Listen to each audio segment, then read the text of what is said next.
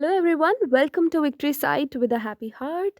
मैं शिवांगी, आपकी अपनी प्यारी सी क्यूटी सी दोस्त। राइट। हाँ। तो देखो, आज ना मैं आप सबके लिए ना बहुत इम्पोर्टेंट क्वेश्चन लेके आई हूँ, जो आप सब कभी ना कभी सोच ही रहे होते हैं कि यार एनसीईआरटीज़ को हम क्यों पढ़ें। राइट। Why NCERTs? हम किसी भी गवर्नमेंट जॉब के लिए प्रिपेयर करते हैं तो सबसे पहले ना हमें यही कहा जाता है कि यार एनसीईआरटीज़ करो पहले सारी। उसके बाद आप basic, not basic, standard books पे जाना। पहले आप एनसीईआरटीज़ को ख़त्म करो। तो सबसे पहला क्वेश्चन हमारे दिमाग में आता है कि वाई एनसीईआरटीज़, हम एनसीईआरटीज़ को क्यों करें। राइट। हम एनसीईआरटीज़ को क्यों करें। तो मैं आपको ये एक्सप्लेन करना चाहती हूँ कि हम एनसीईआरटीज़ को करना हमारे लिए क्यों इम्पॉर्टेंट है। देखिए, सबसे पहले आपको पता होना चाहिए कि आपका सिलेबस क्या है। जिस भी एग्ज़ाम के लिए आप प्रिपेयर कर रहे हैं, तो सबसे पहला हमारा जो काम है वो ये है कि हमें सिलेबस चेक करना होता है कि हमारा सिलेबस क्या है। और उसके बाद हम देखते हैं कि यार इस सिलेबस के लिए, इन टॉपिक्स के लिए बुक लिस्ट क्या होनी चाहिए, हमें कौन कौन सी बुक्स के थ्रू ये सारे टॉपिक्स को क्लियर करना चाहिए। राइट। तो सबसे पहले ना, जब भी हम बुक लिस्ट को प्रिपेयर करते हैं तो बुक लिस्ट में सबसे पहला नाम जो हमारे दिमाग में आता है वो ये है एनसीईआरटीज़। हमें सबसे पहले क्या करना चाहिए? एनसीईआरटीज़। अब द सेम क्वेश्चन, हम एनसीईआरटीज़ क्यों करें? जब स्टैंडर्ड बुक में सब कुछ दिया हुआ है तो हम एनसीईआरटीज़ को पहले क्यों करें? राइट।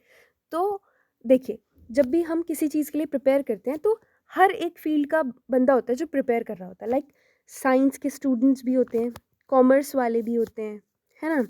कॉमर्स वाले भी होते हैं और ह्यूमैनिटीज़ वाले भी होते हैं। ठीक है। तो ये जो साइंस वाला है, ह्यूमैन कॉमर्स वाला है, इनको पॉलिटी, ज्योग्राफी, इन सब के बारे में कुछ नहीं पता। ठीक है। जैसे कि कुछ को बिल्कुल एबीसी कुछ पता ही नहीं है सब्जेक्ट्स के बारे में। ठीक है। जैसे कि पॉलिटी सब्जेक्ट है, आपका सब्जेक्ट है, आपको ख़त्म करना है पॉलिटी, पॉलिटी को कवर करना है आपको। ठीक है। अब आप अगर डायरेक्टली लक्ष्मीकांत पे चले जाते हैं, ठीक है, डायरेक्टली आप लक्ष्मीकांत पे चले गए, तो क्या हुआ फिर? आपने लक्ष्मीकांत खोल तो ली, लेकिन उसके बाद जो आपको जब बेसिक्स ही नहीं पता इसका, आपको ये ही नहीं पता कि पार्लियामेंट क्या है। ठीक है। पार्लियामेंट क्या है, ठीक है, लेजिस्लेचर क्या है, या फिर एग्जीक्यूटिव क्या है ना? आपको कुछ पता ही नहीं, जुडिशरी क्या है, आपको कुछ नहीं पता। तो आप कैसे कैसे आप स्टैंडर्ड बुक को पढ़ सकते हैं?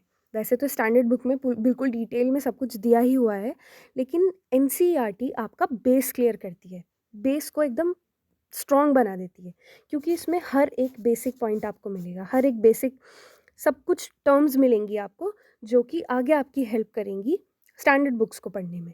राइट।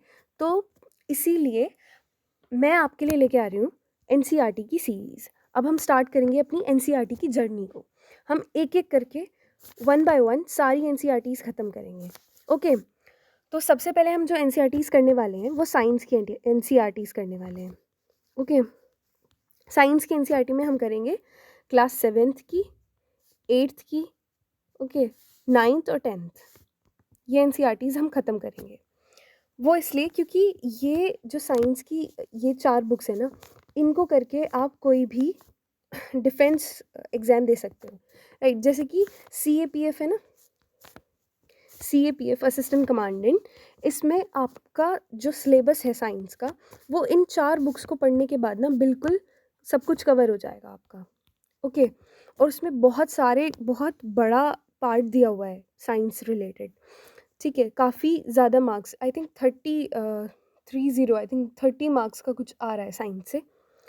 तो आपको ये बुक्स कवर करनी बहुत इंपॉर्टेंट है, इसलिए हम वन बाय वन सारी बुक्स को कवर करेंगे। Not only science but polity, okay, geography, सारी एनसीईआरटीज़ की बुक्स को हम यहाँ कवर करेंगे।